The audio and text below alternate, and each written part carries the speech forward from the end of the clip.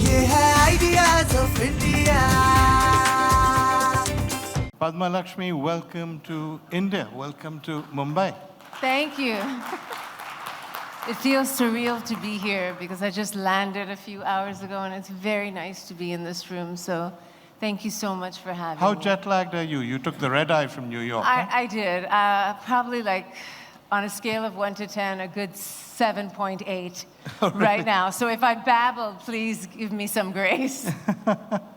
Okay, for people who are not 100% aware of this, and I wasn't, though we think of Padma as being a New York person, she was actually born in Delhi, in Safdarjung Hospital.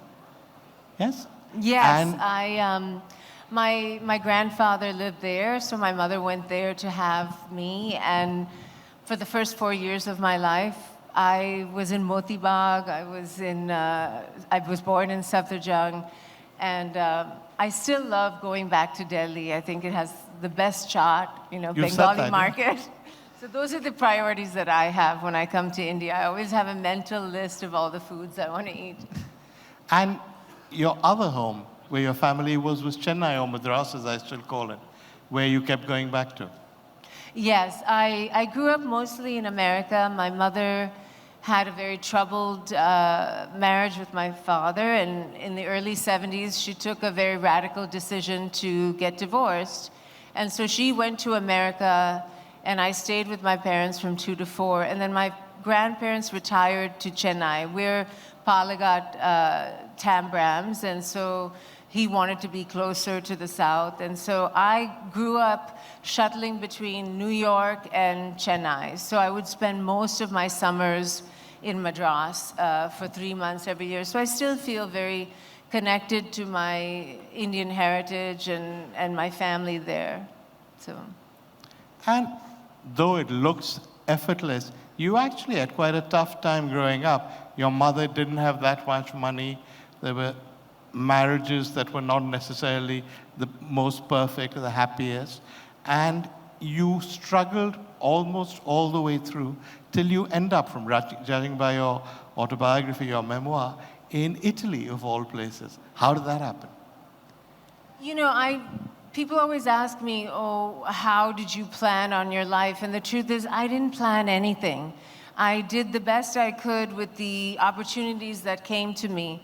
There are 2 or 3 young women that I mentor in America, some of which I've had a relationship for 15 years, because I never had a mentor. There was no playbook for my career, and so I wanted to make it easier for them. And the thing that I always say to them is push against the open door. That is, the opportunities that come to you may not be the exact ones that you have planned for your life or your career, but you never know where that's going to take you. I read somewhere that Steve Jobs, for example, took a calligraphy class in college or whatever. And so when he was designing the iPhone, that actually came in very handy, though at the time no one knew why he should take such a class. And so I think all of the things that I've done in my career path have led me to the career that I have somehow contributed to who I am. And to be honest, I was somebody who had college loans. I had financial aid to go to college, and I had very big loan payments that I had to make. And so for me, modeling was not at first this glamorous endeavor. I was doing very low-level modeling, but it allowed me to pay off my college loans. It allowed me to be independent, and it was a means to an end. I don't think I would have the career as a writer and in food today if I hadn't had the opportunity as a young person to travel and see the world. I think that is an education that in itself that I could have never had coming from the socioeconomic background that I did. And whenever I meet young people who are interested in food, the first thing I say is go, hit the road, travel. Before you have kids, before you have responsibility, just go as soon and as often as you can, because that is really what made me as the person who I am today, is to see other cultures. I was always straddling between Indian culture and American culture. When I went to Madras, I was never Indian enough. When I was in America, I was also not American enough because of my skin color, because of how I looked. I mean, now, today, I think it's a lot easier in America, and I like to think that my show, Taste the Nation, also has something to contribute to that conversation, to say that, hey, you know, we Indians, or we Chinese, or we Mexicans, whoever the ethnicity is, we have contributed to the success and the world dominance of the American economy. We are why America is great, because we have taken the best of all our cultures and brought them to bear on our work and on our lives and settling in America. And so I wanted to shift the language a little bit, because people think in America that patriotism is the sole domain of a white person who's a Republican. And I disagree with that analysis. I think Taste the Nation in itself is a huge act of patriotism, or an attempt at patriotism in my part, to really acknowledge all of the contributors to what makes America not only an economic powerhouse, but also a social and cultural powerhouse. I mean, the reason that America is so attractive to young people is because of music and television and film. And all those art forms have also been shaped by the many contributions of the many immigrants or descendants of immigrants who've settled in America. You You can clap, don't be quiet. This is a very interactive talk. This is the last forum, right, that we're having? Yeah. This is the closing thing, so let loose. Yeah, if you see me pause, that means you should clap, yeah? So go ahead. More seriously, you were Indian in America before there were that many Indians in America, before we were seen as tech wizards and computer geniuses. You've talked about growing up at school, being bullied, having to face racial epithets. Somebody even used the N-word. Oh, yeah. Yeah? How did you take that?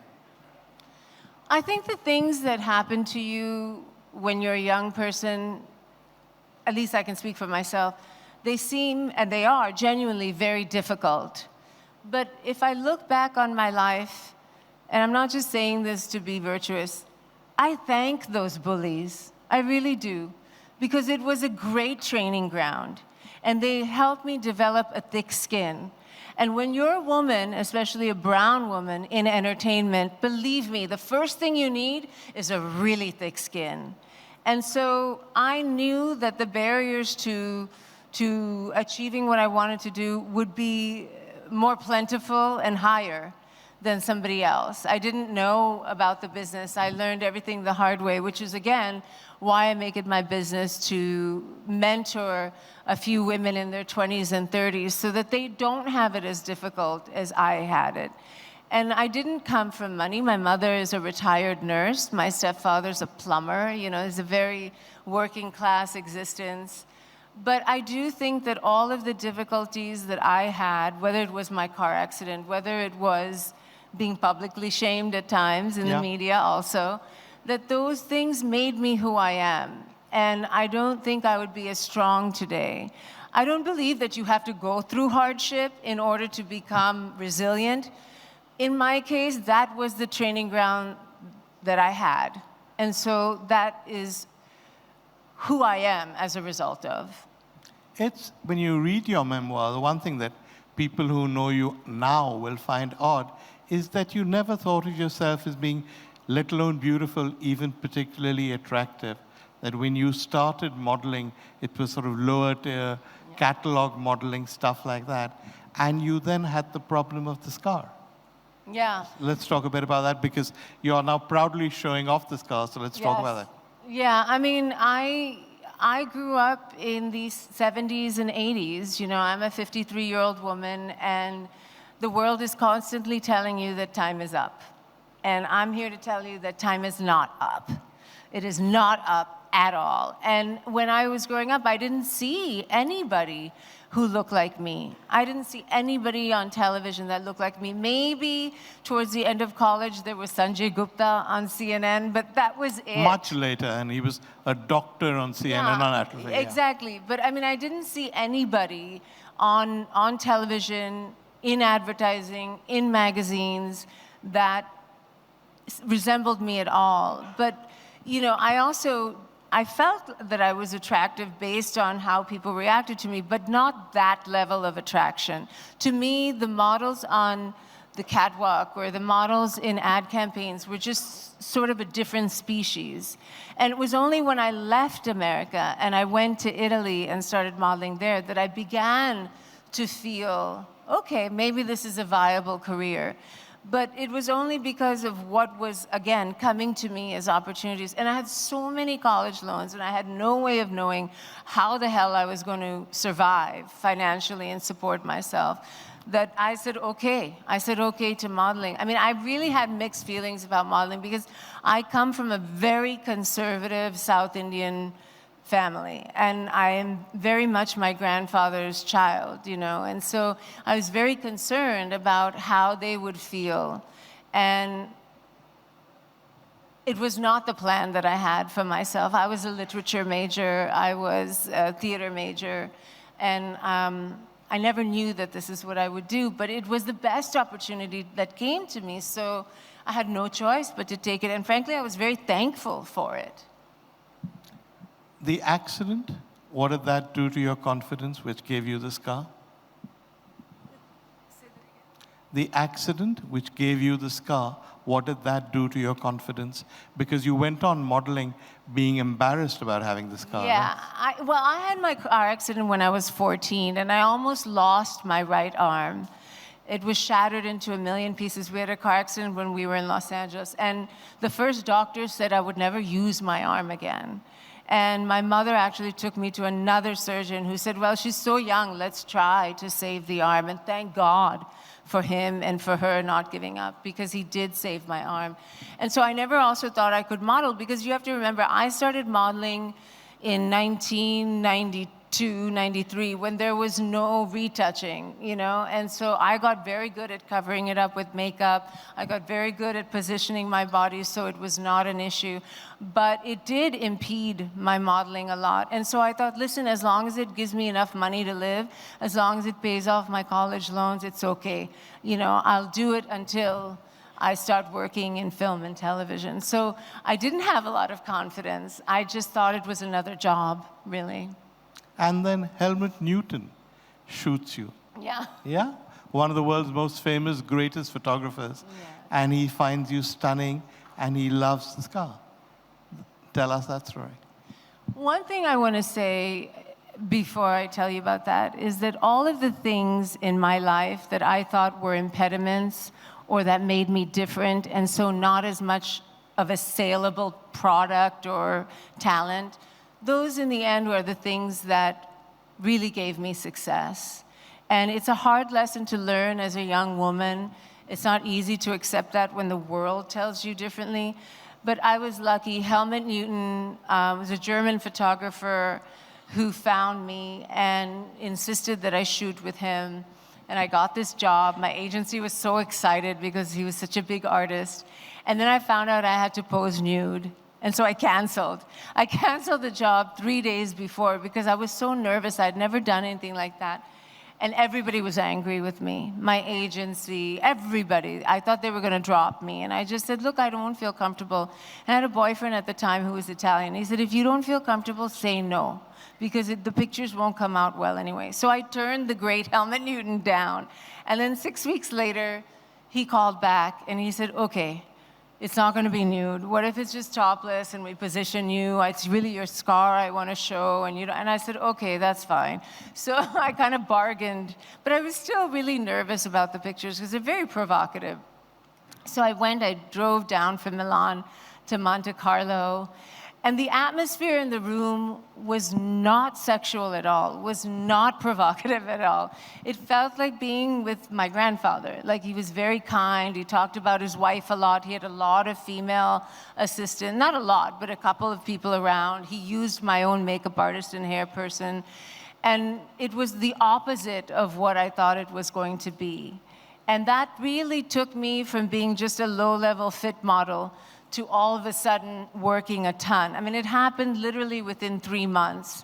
And all the same designers that were saying they didn't want me on their catwalk, and I could only be on their catwalk with long sleeves, now they were saying, they did want me, and they wanted to make sure that I was in short sleeves so that the scar would show, because Helmut Newton made it cool. But one thing that that taught me is that standards of beauty are very arbitrary. You know, when I was growing up in India, everyone would always say, everybody in my family would try to feed me, because I was so skinny. You know, I was this tall when I was 14. You can imagine in Chennai going to St. Michael's Academy, how that would have felt.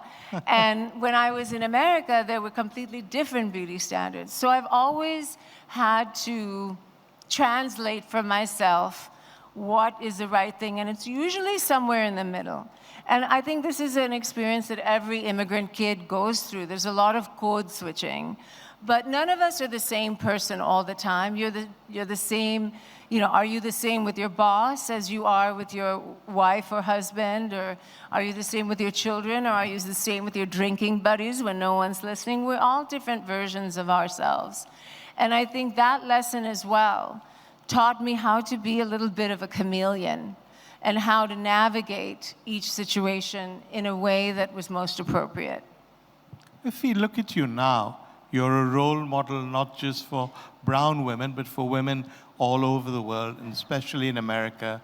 You seem brilliantly put together, totally articulate, totally confident.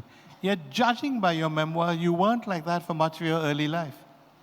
No, I wasn't. I wasn't very confident because the world gave me lots of reasons to be insecure, and I think any woman in this room would understand what that means. I mean, is there anyone who doesn't understand what that means? No. No You hands see? are gone up, yeah. So, but the thing is, inside, even if you're shaking inside, and believe me, when you see me in different situations, a lot of those times I'm shaking inside. The only thing I remember is how much my mother suffered. The only thing I remember is how many sacrifices that she had to make. And you know, in the 70s, it was very taboo what she did. And she just made a new life for us. And so I want to pay her back. I want to make her proud. And I think somewhere, even my grandfather, as conservative as he was, I know approves, you know? And so I'm not immune to seeking approval from those who I respect. But at the end of the day, you realize that you have to make your own code of ethics, your own code of what's right. And there have been lots of times when people advise me to do things differently, but I had to learn to listen to that voice in my head. And it's a really hard thing. And I tell my daughter that all the time too, like, really, like physically just go into a private place, even if it's just a bathroom stall in some hotel, and just ask yourself, what do you want? And if it's a yes or no question, I guarantee you some voice, some feeling inside your body, whether it's in your gut or your heart or your mind, will tell you what the right answer is. And the only time that I've misfired is when I haven't listened to that voice. And that voice is like a muscle. The more you use that voice, the stronger it gets. The more you listen to that voice, the stronger it gets. And now it's not that I'm so confident. I still feel incredibly insecure in certain sections. You know, there are things that have happened to me now, this last year, that I would have killed for to happen to me when I was 30 or 25 or really modeling or really wanted to be an actor or whatever. And they didn't happen. The fact that they're happening to me now, I think I can savor it a lot more, but I can also handle it a lot better and put it in perspective. You know, I am who I am, whether my shows are very popular or I don't have any shows. And that takes a lot of self-talk. Like, it sounds so corny, but I'm serious. Like, it really takes talking yourself down emotionally from a cliff, you know, and saying, it's okay, life is long. You've got to do what you think is right. In your personal life, you've suffered pain, you've suffered loss, death, etc. And yet, somehow, you seem to be stronger, almost as a consequence. Tell us about that. Yeah, I mean, I had this really bad car accident, but 2 days before the car accident, I had a very bad and rare disease that landed me in the hospital, and I had just gotten out of the hospital on a Friday and then got right back in the hospital on Sunday. My mother was quite religious, and the Hindu temple closest to our house was 50 miles away. And on the way back from doing an archana to say thank you for getting my kid out of the hospital, we had a car accident, and I landed right back in the hospital for months and months. And then, yes, you know, I've suffered a very public breakup. I've suffered a lot in the public eye, so that's been very difficult. You have to learn how to block that out. And I've also gone through a lot of sadness. I never have had a relationship with my father. Every time I would come to India, I would go to restaurants or canteens or whatever, and I would look at all the men who would be about the age of my father. And I would wonder, is that my dad? Is that my dad? I didn't even have any pictures of him, because when they divorced, I was only 2, and they ripped up all the pictures. They just, you know, he didn't want anything to do with me. He made my mother sign an affidavit saying she would never ask for support from him in order to grant her the divorce, in order to let her take me out of India. And so I think from a very young, early childhood age of development, I always had this feeling of not being good enough, because if your own father rejects you, you know, whatever happened between them in their marriage, like, that's between them. But why didn't he want me? You know, I think that was a very difficult thing to go through.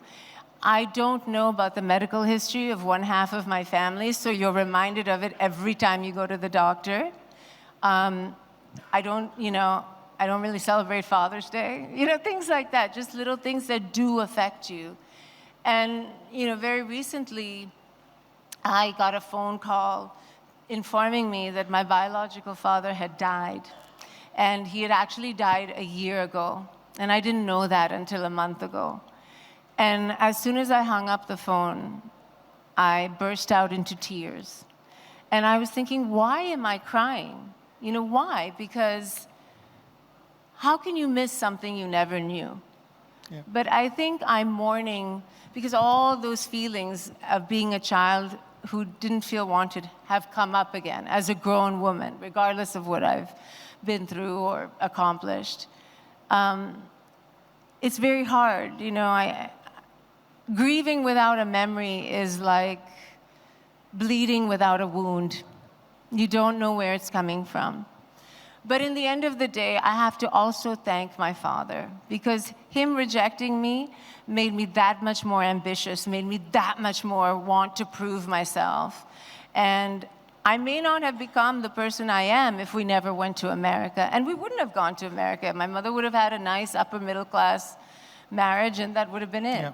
So even the most difficult things that I've been through have been a benefit in some way. And everything is a benefit if you look at it the right way. Even when it's hard to do that, it is a healthy thing to do that if you can. And that is what has saved me from the abyss. Just having a sense of humor and saying, it's okay, fuck him. You know, excuse me. But, you know, just like, yeah. I'm going to do what I'm going to do, and I'm going to be who I am in spite of that. And that has been incredibly gratifying. So I don't want this to turn into a sad talk, because it's not. It's a happy talk. It's a successful talk. Because here I am, being flown to India to speak to all of you. And I'm sure you've had such a wonderful array of very important speakers, and I'm really honored to be part of that group. So thank you.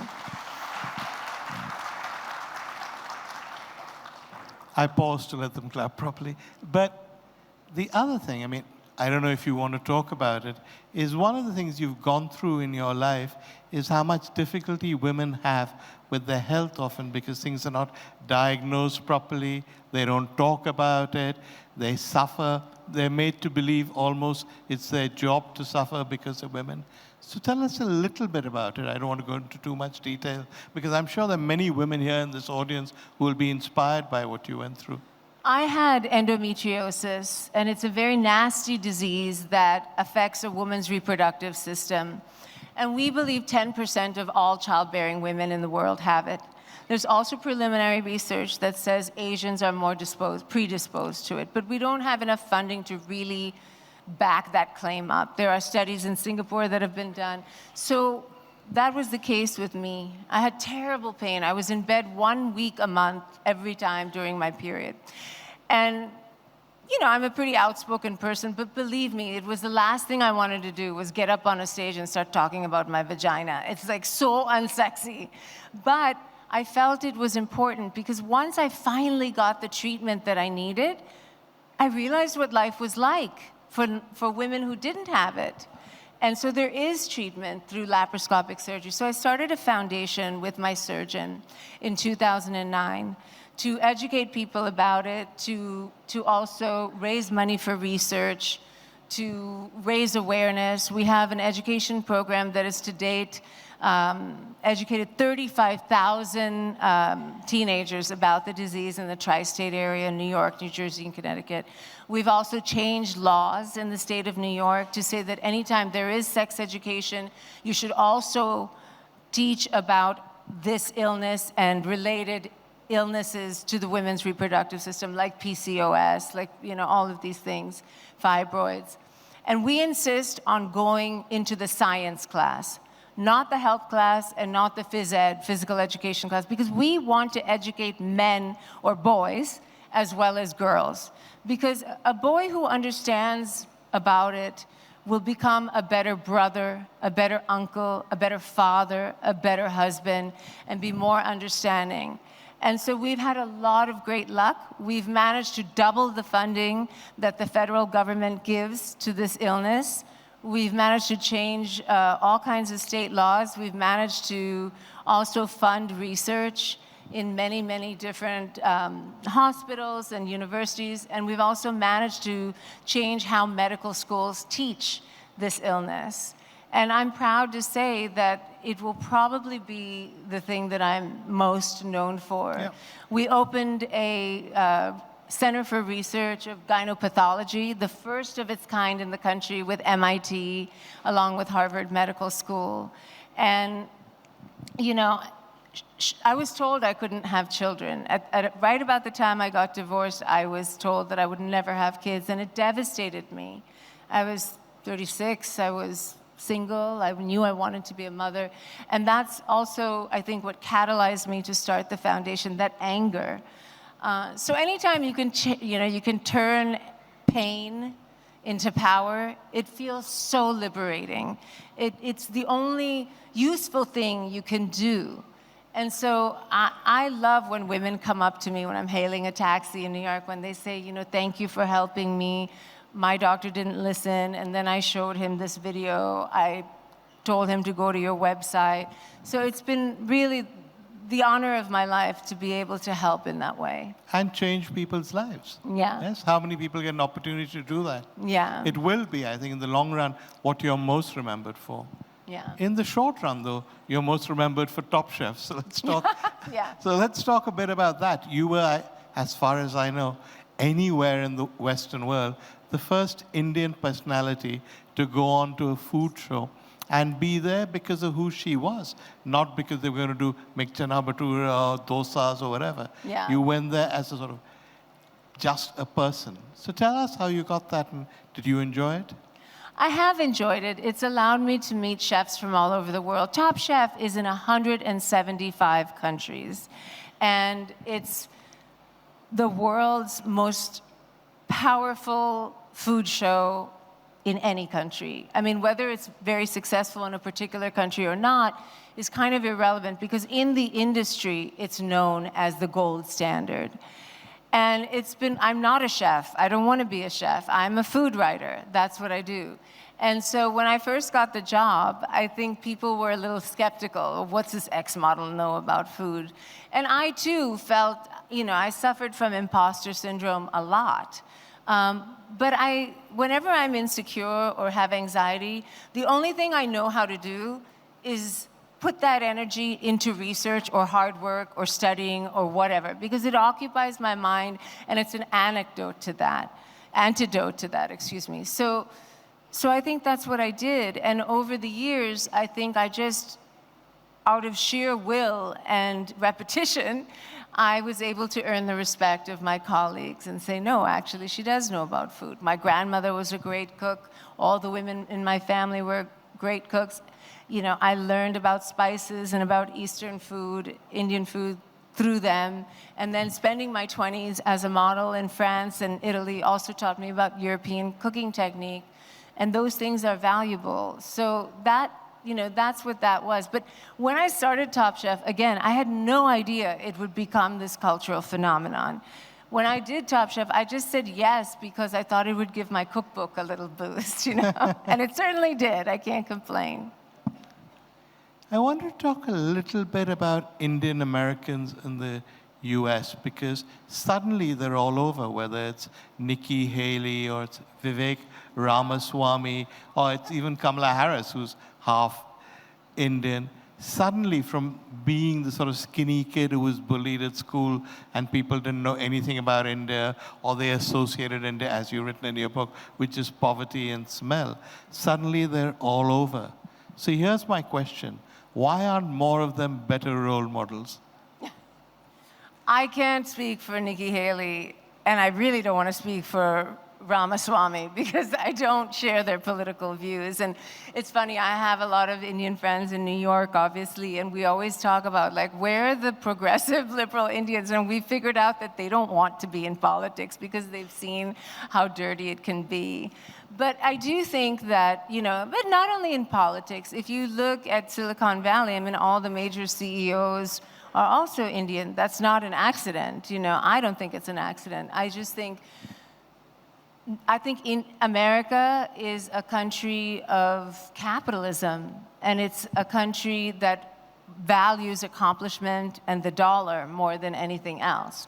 So, that's why those people have, for whatever reason, done what they need to do, say what they need to say to get where they are. I have no idea of knowing whether Nikki Haley or Ramaswamy or Bobby Jindal really feel all of the atrocious things that they say, but maybe they do. I don't know. It's interesting about Kamala because Kamala Harris actually, her grandfather lived right around the corner from our house in Besant Nagar in Chennai, and I would have walked by. In fact, the apartment under her or above her was our family doctor for 50 years. So I'm surprised that we never crossed paths. And she's actually way more Indian. She gets touted a lot or pegged as black, because she presents as black, and she has to lean into that. But when you talk to her, it's very clear that she's much more Indian than she is black. Let's see what happens there. Well, she might well be president one day. Anything's possible. Anything is. So you know her then? I do know her. I know Kamala, yeah. I don't know her well. But you know her? Yeah. And you know Nikki Haley well? I've never met Nikki Haley. Oh, that's a shame. No, is it? Is it a shame? I don't know. But, what happens when people like her and Ramaswamy, what's the other guy's name? Bobby Jindal.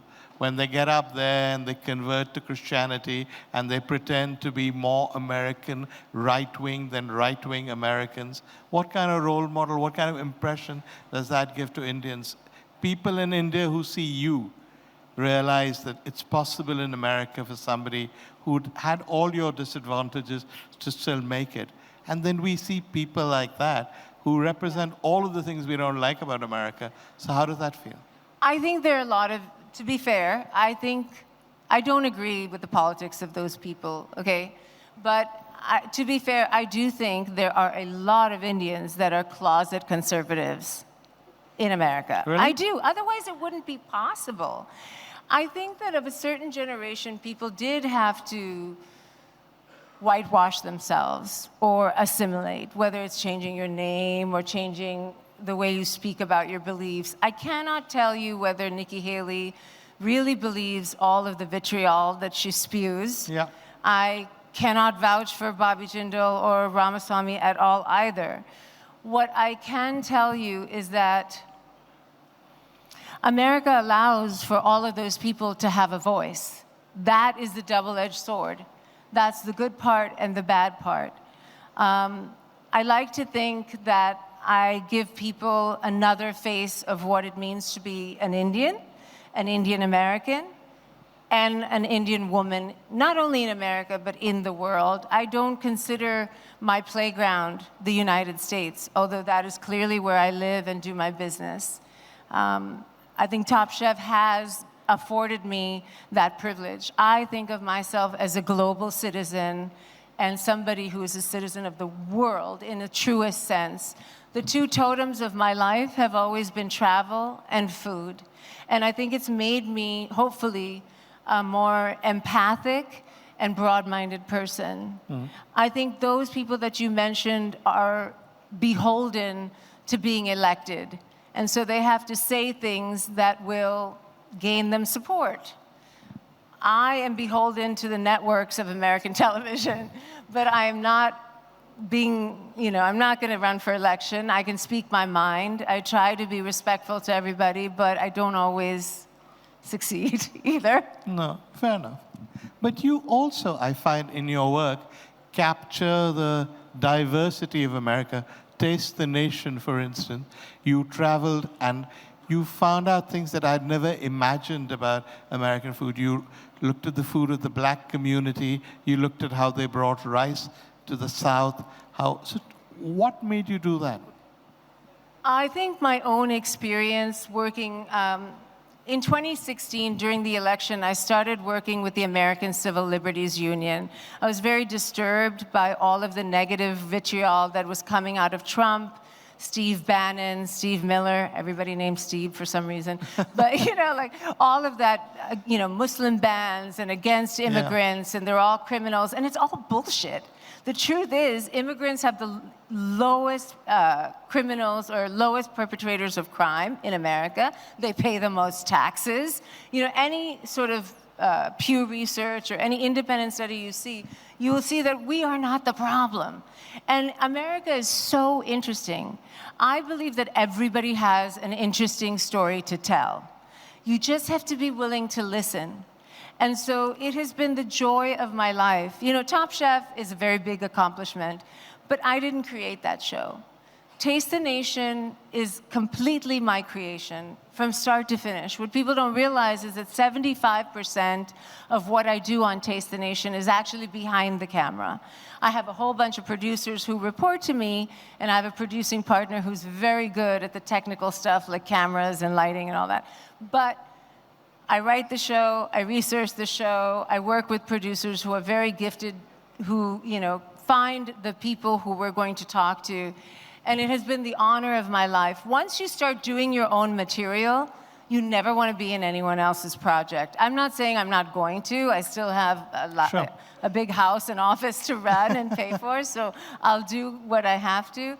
But it's been great because I've had black people come to me and say, I never knew about the Gullah Geechee community. Or, other people say, I never knew about this Thai community in Las Vegas. And there's a whole bunch of Thai war brides that came to Las Vegas because of Nellis Air Force Base. They came with the Vietnam War as refugees or as wives of soldiers who had been, stationed there. And all these stories, in my mind, are to make Americans more interested in their neighbors, to be less afraid of somebody who has a name you can't pronounce or eats foods that you don't know. Because at the end of the day, we all want the same thing. Whether you're Colombian or Swedish or whatever, we want to take care of our kids, we want to educate them, we want a nice house so we feel safe and we can be nurtured and flourish. We want to take care of our elders when they get old. Those values are not Indian values or American values, they're just values. And I like to think that there's more that connects us than separates us. And so after working with the ACLU for 7 years and interviewing all these different immigrants of all these different kinds, and I got a full legal education by one of the country's most eminent scholars on immigration law. I went down to the southern border in Brownsville, Texas. I walked on foot in Matamoros and in Reynosa, two of the most dangerous border crossings, to see in August, which was probably dumb, but to see what is it like to go through that process of asylum. And it's harrowing.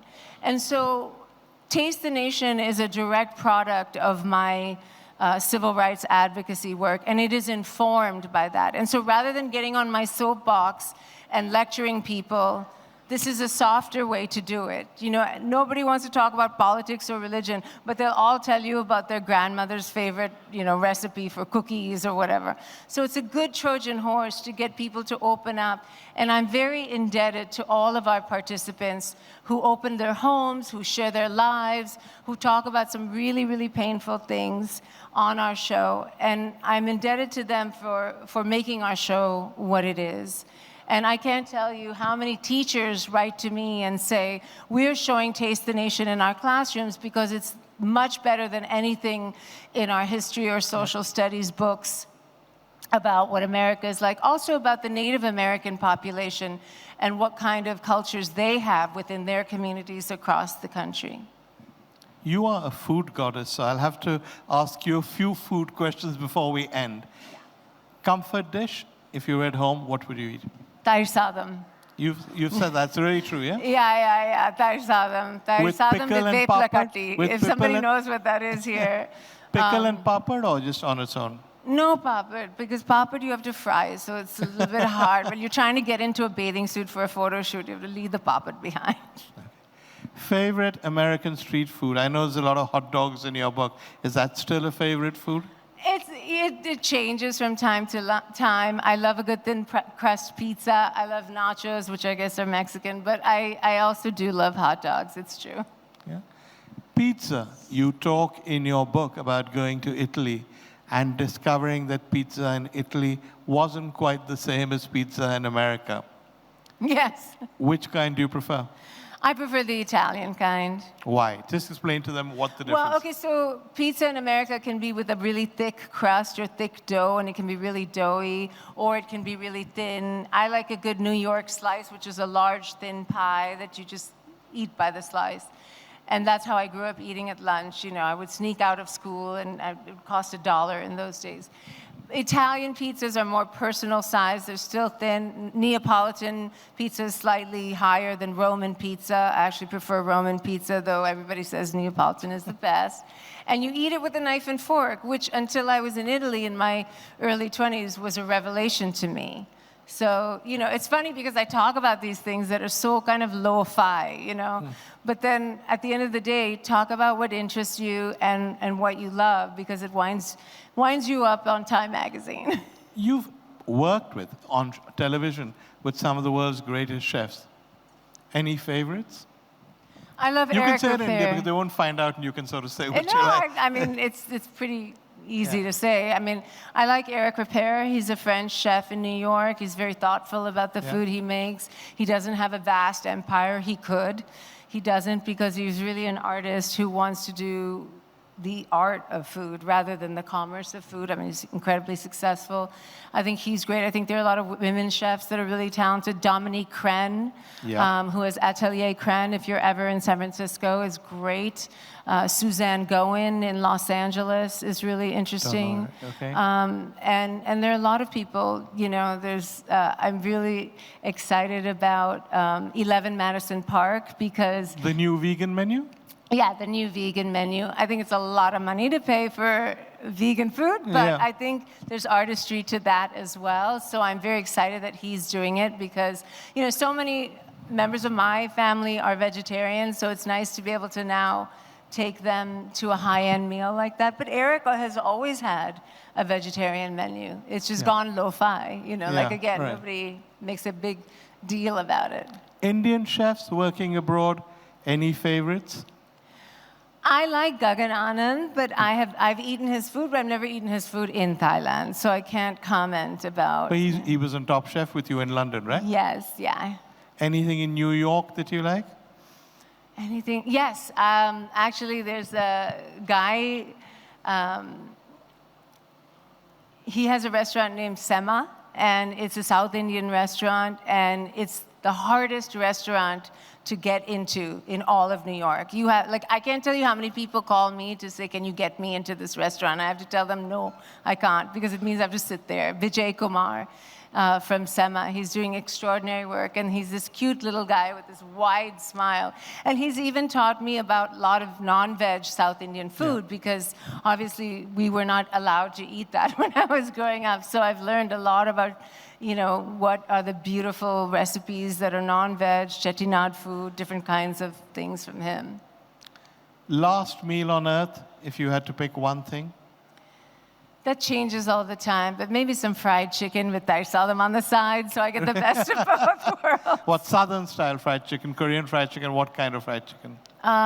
My fried chicken, Which my is- recipe, which has amchur and chili powder in the crust, which is what makes it good. And it also has some rice flour. If you don't have rice flour, use Rice Krispies, and that makes it that much more crispy. So Padma's fried chicken Yes. and curd rice. Yes. Oh, what a happy note to end this session on. Ladies and gentlemen, Padma Lakshmi. Thank you so much for having me. Ideas of India. ये है Ideas of India. ABP Networks Ideas of India.